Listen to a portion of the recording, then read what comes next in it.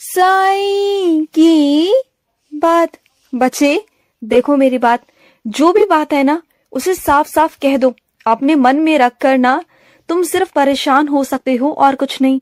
तो बातों को कह देने से ना मन तुम्हारा शांत हो जाएगा। चाहे सामने वाला वो समझे ना समझे, माने ना माने, लेकिन तुम तो कम से कम अपनी तरफ से हल्के हो जाओगे। तुम्हारा मन जो है ना वो तो हल्का होगा। और एक बात और कहूं, जब तक तुम अपनी बातों को किसी के आगे रखोगे नहीं, बताओगे नहीं, अपने परेशानी नहीं कहोगे, तो फिर सामने वाले को कैसे पता चलेगा कि तुम क्या सोच रहे हो, तुम्हारी परिस्थिति क्या है क्या नहीं है। वो तो अपने हिसाब से तुम्हें बताएगा ना। फिर तो देखो, चीजों को ना समझना शुरू करो। तुम अब छोटे बच्चे नहीं रहे, अब अपनी बातों को रखना सीख जाओ। मैं नहीं कहता कि लड़ाई झगड़ा करो, दंगे फसाद करो। कम से कम तुम प्यार से बोल सकते हो, उन्हें समझा सकते हो, कह सकते हो तो कह दो, साफ साफ कह दो। देखो तुम 2-3 दिन से बहुत परेशान हो, मैं जानता हूँ। उन बातों को लेकर बार बार परेशान हो रहे हो, बार बार सोच रहे हो, तो इससे अच्छा है साफ साफ कह दो कि मैं तुमसे कह रहा हूँ, चिंता बिल्कुल मत करो। फैसला जो भी होगा वो तुम्हारे साईं की मर्जी होगी, ये समझ लेना। और सुनो, बहुत जल्द मैं तुम्हें किसी यात्रा पर भेजने वाला हूँ। तुम किसी यात्रा पर जाओगे तो उस यात्रा पर ना तुम्हें नई नई चीजें, नए नए लोग दिखाई देंगे। बहुत अच्छा महसूस होगा। वहाँ की वादियां, वहाँ की शांति ना तुम्हारे दिल को छू जाएंगी। तुम्हारा बहुत मन करेगा, दिल करेगा कि बस वहीं रह जाऊं। इतना अच्छा लगेगा तुम्हें। और सच बताऊं तो जरूरत भी है तुम्हें बाहर जाने की, क्योंकि ना तुम अब 4 दीवारी में रह रहकर ना परेशान हो चुके हो। तुम्हारा मन उदास हो चुका है, तो तुम्हें बाहर जाना चाहिए मेरे बच्चे। और तुम्हें जो प्रस्ताव मिला है, तुम्हें जहाँ जाना है ना वहां जाओ। मैं तुम्हें भेज रहा हूँ ना, और जहाँ तुम्हारा साईं तुम्हें भेज रहा है ना, तो बस ये अपने साईं का तोहफा समझना दिवाली का। और एक बात कहूँ, और एक मजे की बात बताऊं, तुम जहाँ जा रहे हो ना वो जगह पता है कौन सी है? जहाँ पर तुम हमेशा से जाना चाहते थे, तुम्हारा हमेशा से मन था कि मैं वहां जाऊं, और तुम्हें मौका नहीं मिलता था। तो देखो, तुम्हारे साईं ने तुम्हारे लिए वो मौका भी ढूंढ लिया और तुम्हारे रास्ते भी बना दिए। बस तुम्हें जाने की तैयारी करनी है, बस तुम तैयारी कर लो बस। और तुम जिसके साथ जाने वाले हो वो भी बहुत अच्छा इंसान होगा, तुम्हारा बहुत साथ देगा, तुम्हारी बहुत मदद होगी। चिंता बिल्कुल मत करना। तुम मेरे आशीर्वाद से जाना और मेरे आशीर्वाद से वापस आना, और साथ में मेरी उदी लेकर जाना। कोई दिक्कत, कोई परेशानी नहीं आएगी। और अगर कुछ हुआ भी तो मैं हूं ना, तुम्हारे साथ चलूंगा, ठीक है ना?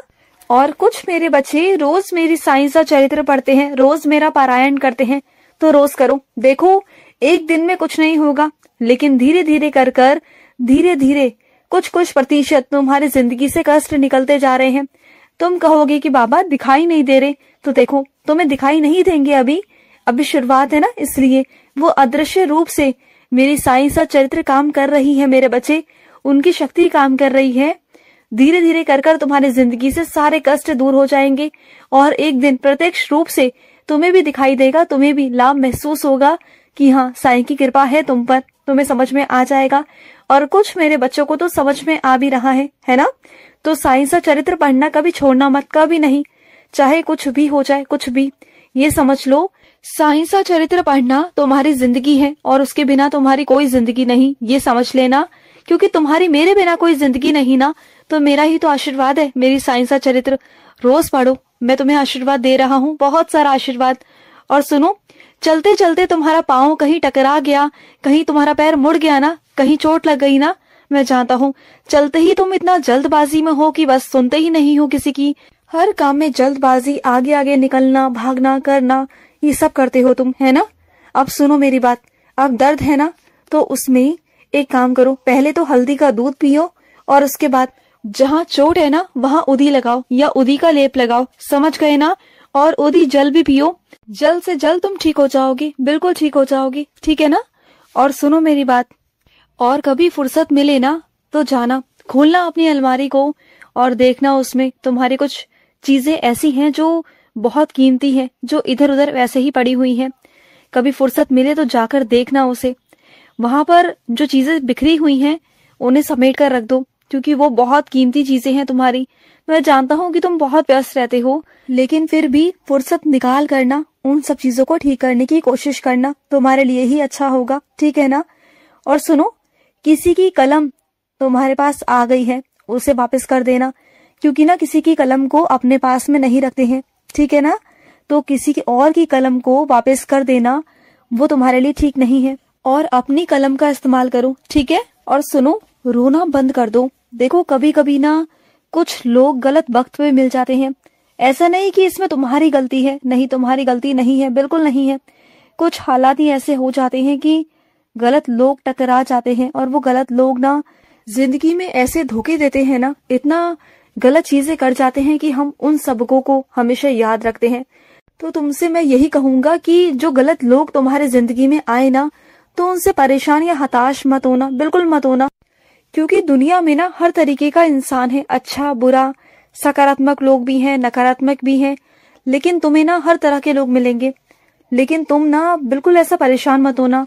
जो अच्छे लोग हैं उन्हें अपनी जिंदगी में हमेशा बनाए रखना, और जो लोग बुरे हैं ना, जिन्होंने तुम्हें धोखा दिया है, उनका सबक हमेशा सीखते रहना।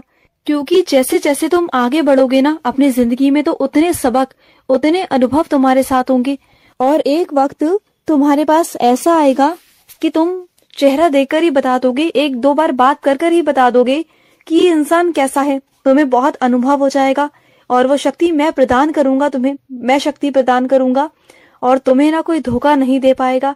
अब तो बिल्कुल नहीं दे पाएगा, क्योंकि अब मैं तुम्हारे जिंदगी में जो आ चुका हूँ, अब तुम्हारे साथ ऐसा कुछ हो नहीं सकता, क्योंकि मैं तुम्हें हमेशा सुरक्षित रखता हूँ। हमेशा तुम मेरी छत्र छाया में रहते हो, और तुम मेरे बच्चे हो, ठीक है ना। और सुनो, हमेशा एक चीज पर ना टिके मत रहना। तुम सोचो कि मैं इस चीज पर ही टिका रहूं, हमेशा अपने फैसले पर टिका रहूं या किसी चीज पर टिका रहूं, तो वो तुम्हारा गलत है मेरे बच्चे। देखो कभी कभी ना चीजों को मोड़ना पड़ता है, मुड़ना भी पड़ता है, कभी रास्तों को मोड़ना पड़ता है, कभी खुद को मोड़ना पड़ता है, क्योंकि ना एक चीज पर टिके रहना सही नहीं होता। कभी कभी चीजों को बदलना बहुत जरूरी हो जाता है। जरूरी नहीं कि जैसे हमने सोचा था या सोचा है वैसे ही हो। कभी कभी हालातों के हिसाब से, परिस्थितियों के हिसाब से चीजों को बदल लेना चाहिए, तभी तुम खुश रहोगे। और अगर एक ही चीज पर जिद करके बैठ जाओगे तो हमेशा परेशान रहोगे, हमेशा। देखो चीजों को आगे बढ़ना सीखो, चीजों को अपने तरीके से करना सीखो, मोड़ना करना सीखो। इससे तुम्हें बहुत आसानी होगी काम करने में, और तुम्हें अच्छा भी लगेगा। और वो चीजें तुम्हारे होंगी हिसाब से, लेकिन वो किसी और ढंग से होंगी। और मेरी तस्वीर को देखकर तुम्हें लगता है ना कभी कभी कि मैं तुम्हें देख रहा हूँ, तो हाँ मैं तुम्हें देख रहा हूँ मेरे बच्चे।